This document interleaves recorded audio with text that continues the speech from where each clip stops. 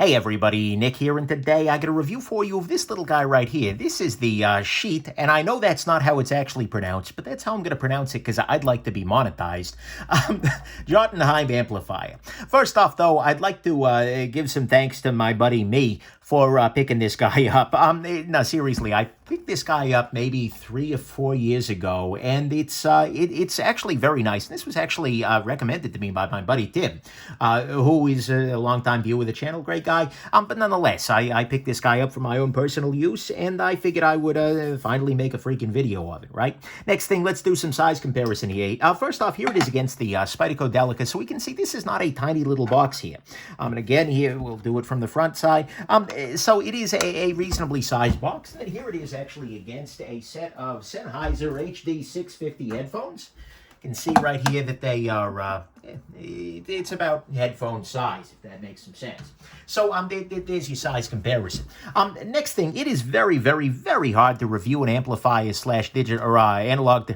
This is digital to analog converter. I've been looking at analog digital converters all damn day. So it's really hard to review these guys because at some level, most of it is subjective. Most of it is sound quality. Most of it, and it's not something I can ever think to capture because you're going to be hearing it through your own headphones, right? So I'm going to keep this as a quick review. And then finally, the name of this company is Schiit. It is pronounced exactly as you think it should be when you laugh, but like I said, I'm not doing that. So let's go ahead and talk about the things I like about this guy and the things I don't like so much. On the good side, honestly, the sense of humor on this is pretty excellent. You have it written on here? Oh yeah, here's the name. The sense of humor they've got for this is pretty great. I mean, I like the fact that they're willing to name it that way. That's an absolutely beautiful thing. And it is just overall, their marketing copy and whatnot, it's great. It's clear that these guys are having some fun with this brand, and that's something I appreciate very much. Next thing, this is made in the USA. Of course, the quality is about effort, not geography, but it's always nice to see something from your home team. And so I appreciate that very much. Next thing, this guy is actually just a nice object. I mean, substantially, the looking at this guy on the desktop, it's nice. It's pretty. The finishing is good. It's got this nice brushed metal to it. The finishing on the knob itself is good. You can see there's a little tiny bit of sort of radial finishing to it. Even the knobs are nicely polished here. I have to say, I'm a big fan of the finishing on this guy. There's actually a little bit of an orange glow that turns on inside there when it is on. That's kind of nice. And so substantially, this is, and it feels pretty substantial. It's just a nice piece of, frankly, industrial design to have on your desk all the time, right? So I'm a big fan of that. Next thing, this guy is using a single power cord. And more importantly, you can see here, it just plugs in the back there. It is just a cord. There is no wall wart or anything like that, no transformer. All of that is inside the device, so it's just a single cord, but it is a non-proprietary cord. It is just a good old-fashioned power cable. And that is something I appreciate greatly. As much as I hate proprietary screws, I hate proprietary cables even more. And so it's great that they're using just a regular, boring power cord that you've probably got 50 of someplace in your house already, because that just makes it so much easier to work with all of this. So that's good. Next thing, I appreciate some of the controls that they've given us here, and I have to be a little careful because the power switch is hanging off the back, and by the way, we'll come back to that, rest yourself assured. But on the front of this guy here, you've got a gain switch, so you can have the gain is high or low very readily, and then you've actually got 3 different options for your inputs here, and it's very easy to switch between inputs. The top one is for the installed digital to analog converter, which I do have installed in this, by the way. I have their Gen 2 digital analog converter. I'll be reviewing that at the same time there. So the top is digital analog converter. In the middle here is the balanced input, which is off of these guys right here. That's right. Here's your balanced input. Output. They're using some XLR cables there. And then finally on the bottom here, you have just your good old-fashioned line-in style, RCA style. So you can have all of those guys come in. And so that means you can hook this guy up and use as an amplifier even with non-digital sources. It's not just a digital or digital analog converter. You can also use this in theory with a turntable. You can use this with a freaking 8-track player if you're a masochist. Frankly, a turntable if you're a masochist. Sorry, shots fired. I'm a digital guy. Anyways, there you go. Next thing, this has both balanced and unbalanced full streams. So you can do balanced in as well as balanced out. And that's a great thing. Many people find that there's a substantial difference between balanced and unbalanced. For me, honestly, every time I've tried it, I've been just like, okay, that's nice. Well, hey, it's nice unbalanced too. But again, I'm not a golden ears audiophile type, so at some level that might be lost. lost on me, but you do have a balanced input or a balanced output here. And, you know, so many headphones will run with both, but you've also got yourself a good old-fashioned phono jack in the front there. So that's good. Next thing, this does have an integrated DAC card. You are able to purchase it that way. You can purchase it just as an amplifier, or you can have this extra card put in there. And this just hooks up with USB to your computer. And it works great, by the way. There's no software required. There's nothing special. All you need to do is hook this guy up to the computer, and then at least on my Mac, it shows at the top there the Schiit, what is it? Schiit DAC, or is it Schiit Jotunheim? No, I think it just says like Schiit audio out or something like that. And then you pump sound to there and it goes straight into the card and it comes out sounding great. It works very, very well as a DAC, and it works very, I mean, it's easy to use. There's no problems. It's perfectly executed in that way. I appreciate that very much. Then finally, on the good side, thing sounds great. I mean, seriously, my high-end headphones, I've used this guy with Sennheiser HD 598s, as well as, I tried one other set of cans when I was using this, but either way, I've tried to actually, oh yeah, I've done a couple Audio-Technicas, but nonetheless, my main cans are a set of Sennheiser HD 650s. They sound awesome through this. This sounds just amazing. This is as good as any amplifier I've ever tried, if not better. And it's just, it's very nice to use. You turn it in, you plug in the headphone, turn it on, plug in the headphones. Volume knob is easy, nice and smooth. There's no clicker to do it or anything. It's just, it's great. It sounds amazing. The sound coming out of digital analog sounds great. The amplifying, the bass is all there. It sounds awesome. So to me, at least, that's the good side, is that it sounds pretty awesome. It's got the integrated DAC. Balanced and unbalanced, three-way input choice in the same device, all from the front of the thing. It's got the easy gain control on the front of it there, non-proprietary, single power cord with no wall warts, a beautiful piece, and a sense of humor in their marketing. On the bad side, to start with, this has a startup time. So literally, to start with, that's the thing.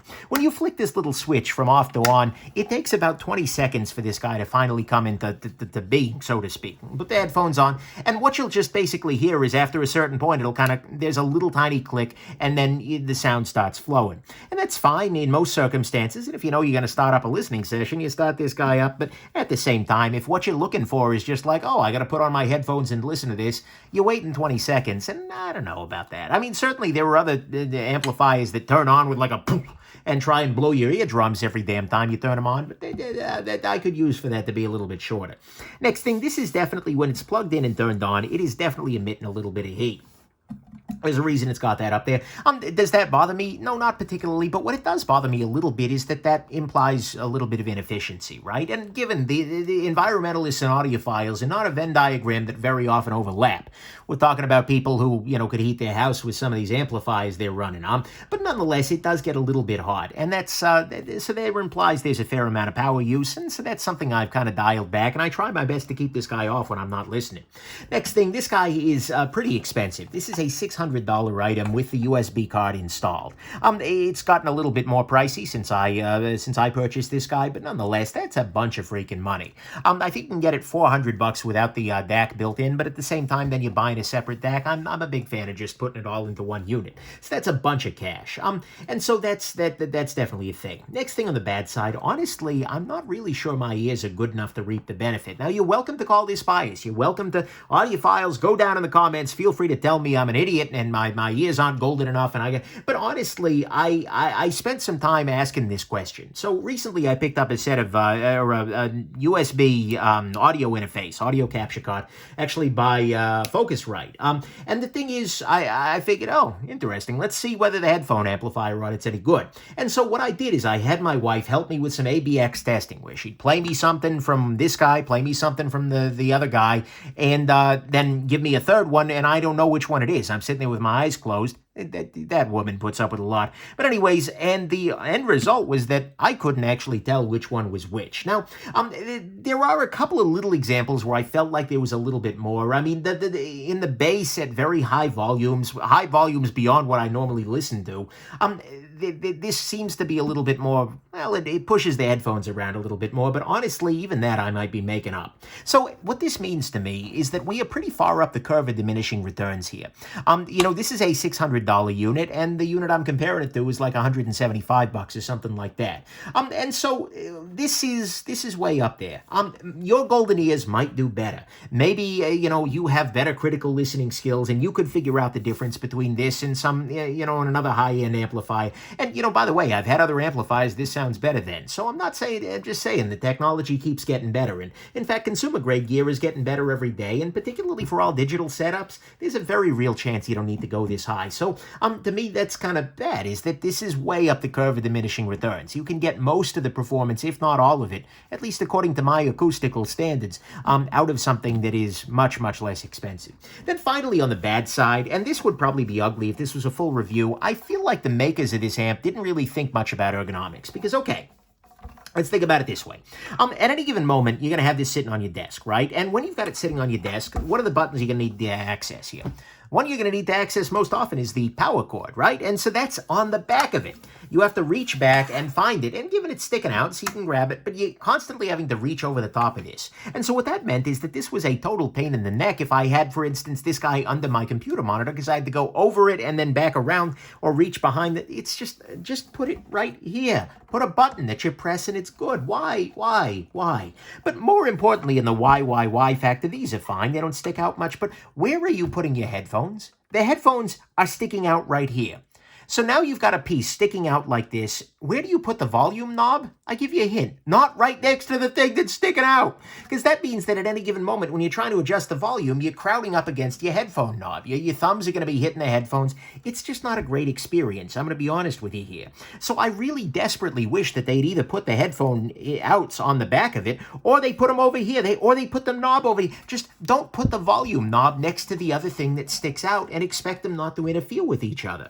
This isn't a big deal. Absolutely not. But at the same time, if this is something you're using every damn day, and that's a little bit of a pain every damn day, guys, do better. And so I really hope that future versions of this have the headphones, have the dial stuck out someplace else, farther away from where the headphones plug in. And, given I could have gotten a right angle adapter or something like that, but guys, I shouldn't have to. So ergonomics are a thing, Schiit. Just please. So to me, at least, that's the bad, is that the knob placement isn't great. I'm not really sure that my ears are good enough to really distinguish this from even some of the lower end gear that's coming out these days. It gets a little bit hot. It is pretty damned expensive, not by audiophile standards. This is a budget brand by audiophile standards. But still, and the startup time is a little bit much. Final conclusion, at some level, it is a great little amplifier. They've got a good sense of humor, which I appreciate. It's a very attractive design overall. The controls, the number of controls are very good. It's got all the features you would want in an amplifier and DAC, and it sounds really, really, really good.